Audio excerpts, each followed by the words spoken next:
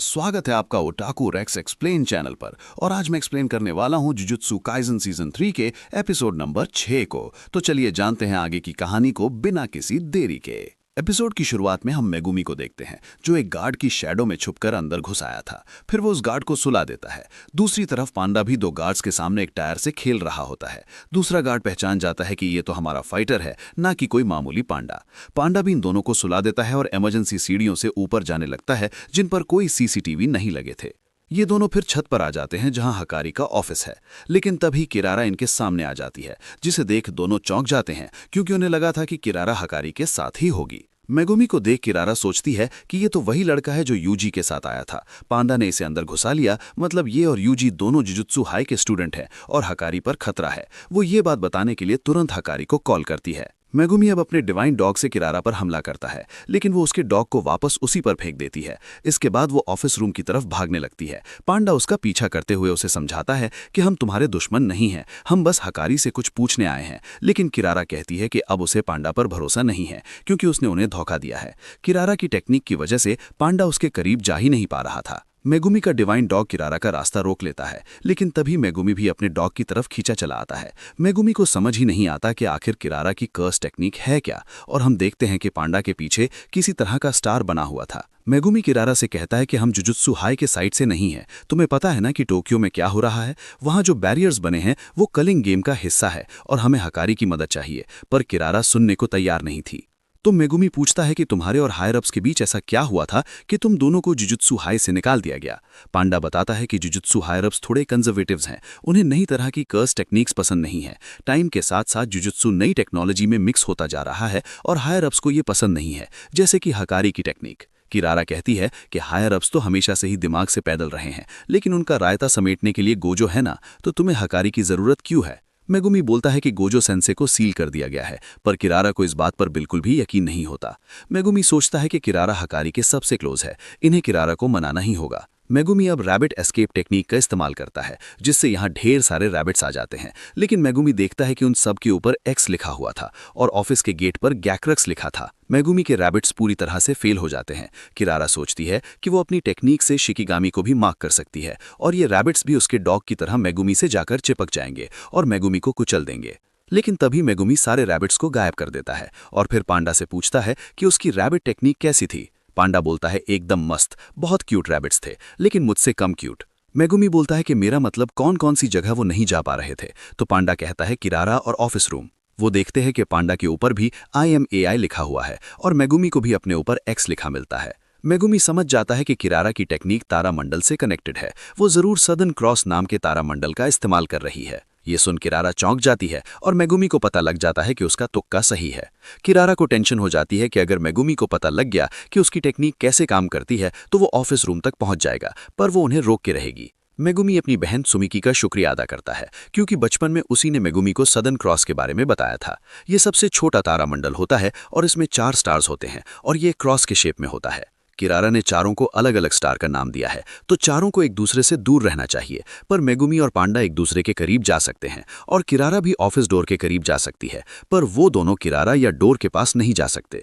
लेकिन किरारा चाहती तो दरवाजे के अंदर भी जा सकती थी, पर वो खुद भी बाहर ही खड़ी है। हो सकता है कि अंदर जाने का कोई फिक्स्ड रास्ता हो। पांडा बोलता है कि शायद उनके बीच कोई 5वां स्टार है और उन्हें पहले उसके पास जाना होगा, फिर ही वो किरारा या डोर तक पहुंच पाएंगे। किरारा को चिंता होती है कि उन्हें उनकी टेक्निक पता ना चल जाए, तो वो एक कार के ऊपर IMAI लिख देती है, जिससे वो कार जाकर पांडा से टकरा जाती है। पांडा उस कार को उठा के दूर फेंक देता है, तो वो कार वापस से उसके मुंह पर आकर लगती है। मेगुमी सोचता है कि किसी चीज पर स्टार लिखने के लिए किरारा को उसे छूना पड़ता होगा, लेकिन उसने मेगुमी को तो कभी छुआ नहीं, पर उसने मेगुमी के डिवाइन डॉग को छुआ था। यानी वो इंसान नहीं बल्कि सीधा कर्स्ड एनर्जी को मार्क कर सकती है। कार और डोर जैसी चीजों को मार्क करने के लिए पहले उनमें कोई कर्स्ड एनर्जी डाली गई होगी। वो कर्स्ड एनर्जी वाली दूसरी चीजें देखने लगता है और उसे एक पार्किंग स्पॉट दिख जाता है जिस पर मिमोसा लिखा हुआ था, यानी कि वही 5वां स्टार है। दोस्तों, किरारा की टेक्निक का नाम है लव रॉन्डेवो, जिसमें वो सदर्न क्रॉस तारामंडल का इस्तेमाल करती है। वो अपने टारगेट्स को 5 अलग अलग स्टार दे देती है। अगर वो 2 चीजों को सेम स्टार देती है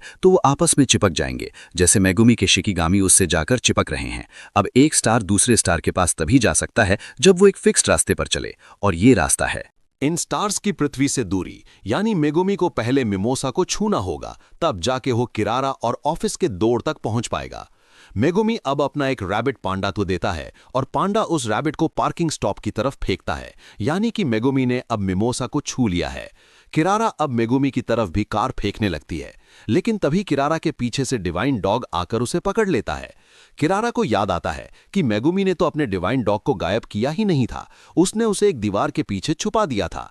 और जैसे ही उसके और मेगुमी के बीच में किरारा आई, उसने डॉग को रिलीज कर दिया और डॉग अपने साथ किरारा को भी खींचते हुए मेगुमी तक ले आया। किरारा को अब मजबूरी में अपनी टेक्निक को बंद करना पड़ता है। मेगुमी किरारा का हाथ बांध देता है और बोलता है कि अब हमारी बात ध्यान से सुनो। किरारा पूछती है कि तुम्हें कैसे पता कि डॉग इसी तरफ आएगा, तुम भी तो उसकी तरफ खींचे जा सकते थे। मेगुमी बोलता है कि ये एक तुक्का था, लेकिन वो अब समझ गया है कि जिसके पास ज्यादा कर्स्ड एनर्जी होती है उसी की तरफ बाकी चीजें खींची चली जाती हैं। पहले मेगुमी डॉग की तरफ खींचा चला गया था, लेकिन इस बार उसने अपनी कर्स्ड एनर्जी को बढ़ाकर डॉग को अपनी तरफ बुला लिया। मेगुमी का दिमाग देख किरारा उससे इंप्रेस हो जाती है। मेगुमी अब उसे छोड़ देता है और बोलता है कि हमारे पास टाइम नहीं है, प्लीज हमारी बात सुन लो। किरारा अब मान जाती है, पर तभी यूजी ऑफिस का दरवाजा तोड़ते हुए बाहर आकर गिरता है। उसे हकारी ने बाहर फेंका था। वो उसे एक और मुक्का मारता है और ये देख हैरान हो जाता है कि यूजी तो बचने की बिल्कुल भी कोशिश नहीं कर रहा और बोलता है कि तुम पागल हो क्या। यूजी मन में सोचता है कि उसे हकारी को खुद पर यकीन दिलाना ही होगा, इसीलिए वो ना तो पीछे हटेगा और ना ही पलटवार करेगा। ये देख हकारी उसकी बात सुनने को तैयार हो जाता है, लेकिन एक शर्त पे कि यूजी को अपने पैरों पर खड़ा रहना होगा। किरारा चिल्ला के बोलती है कि इन लोगों को तुम्हारी मदद चाहिए, पहले उनकी बात सुन लो। हकारी यूजी को एक और मुक्का मारता है, लेकिन यूजी वापस से उठ खड़ा होता है। हकारी पूछता है कि तुम्हें मुझसे ही क्यों मदद चाहिए, तो यूजी बोलता है कि मेरे सीनियर्स ने बताया है कि तुम स्ट्रांग हो। हकारी बोलता है कि मतलब तुम अपने साथ मेरी भी जान जोखिम में डालना चाहते हो, तुम मुझे अपनी गर्मी दिखाओ, तब जाके मैं तुम्हारी बात मानूंगा। प्रिंसिपल याग्रा ने इस साल कैसे लल्लुओं को भर्ती किया है। यूजी बोलता है कि मेरे अंदर कोई गर्मी नहीं है, मैं तो बस मशीन के अंदर लगा एक छोटा सा गियर यानी कॉग हूं, वो मशीन जिसका इस्तेमाल सॉसरस करते हैं कर्सेस को मारने में। हकारी कहता है कि तुम तो बोरिंग हो और उसे एक जोरदार पंच मारता है, जिससे यूजी दूर जाकर गिरता है। हकारी कहता है कि दर्द हुआ ना, गोजो सेंसे ने बोला था कि मेरी कर्स्ड एनर्जी बाकियों से थोड़ी ज्यादा कड़क है। वो पांडा और मेगुमी से बोलता है कि यूजी को लेकर यहां से दफा हो जाओ और वापस मत आना, लेकिन तभी यूजी उसके पीछे आकर खड़ा हो जाता है, जो देख हकारी को यकीन नहीं होता। यूजी बोलता है कि मैं बस एक कॉग हूं, लेकिन मशीन चलाने के लिए कॉग का भी इंपॉर्टेंट रोल होता है। मैं तब तक तुम्हारे सामने खड़ा रहूंगा जब तक तुम मान नहीं जाते। वो अब हकारी से पूछता है कि उसका रोल क्या है। हकारी मन में सोचता है कि तो ये है एक कॉग की गर्मी। वो उसे फिर से पंच मारने लगता है, तो किरारा उसे रोकते हुए बोलती है, तुम थक गए हो ना। हकारी अब रुक जाता है और बोलता है कि मैं तुम लोगों से डील करने को तैयार हूं। किरारा बताती है कि वो भले ही हायर अप से नफरत करते हो, लेकिन हकारी को सबसे ज्यादा गर्मी जुजुत्सु सोसाइटी में रहकर लोगों की मदद करने से ही मिलती थी। तभी यहां पर एक शिकिगमी आ जाता है। ये कोगामी है, जो कि कलिंग गेम के बारे में बताने आया है। ये कहता है कि कलिंग गेम में एक नया रूल जोड़ा गया है, रूल नंबर 9। कोई भी प्लेयर किसी दूसरे प्लेयर की सारी इंफॉर्मेशन देख सकता है, उसके नाम, पॉइंट्स, उन्होंने कितने नए रूल्स जोड़े हैं और वो कौन सी कॉलोनी के बैरियर में हैं। हम देखते हैं कि ये नया रूल कशिमो नाम के प्लेयर ने जोड़ा था, जिसने ऑलरेडी इतने सारे सॉसरर्स को मार दिया था कि उसके 200 पॉइंट्स हो गए थे, लेकिन उसे सब लोग बहुत कमजोर लग रहे थे। 400 साल पहले के लोग ज्यादा स्ट्रांग थे जिनसे वो लड़ा करता था। कशिमो अब सीधा सुकुना से लड़ना चाहता था, इसीलिए वो अपने 100 पॉइंट्स का इस्तेमाल करके एक नया रूल बनाता है कि सभी प्लेयर्स एक दूसरे की इंफॉर्मेशन देख सकते हैं, और ये एपिसोड यहीं पर एंड हो जाता है। तो दोस्तों, आई होप कि मैंने पूरे एपिसोड को अच्छे से एक्सप्लेन कर दिया है, खासकर किरारा की टेक्निक को। अगर आपको कोई डाउट है तो आप कमेंट करके पूछ सकते हैं। बाकी वीडियो अच्छा लगा हो तो इसे लाइक और शेयर कीजिए, और अगर आप हमारे चैनल ओटाकू रेक्स एक्सप्लेन्ड पर नए हैं तो हमारे चैनल को सब्सक्राइब करके बेल आइकन जरूर दबाइए।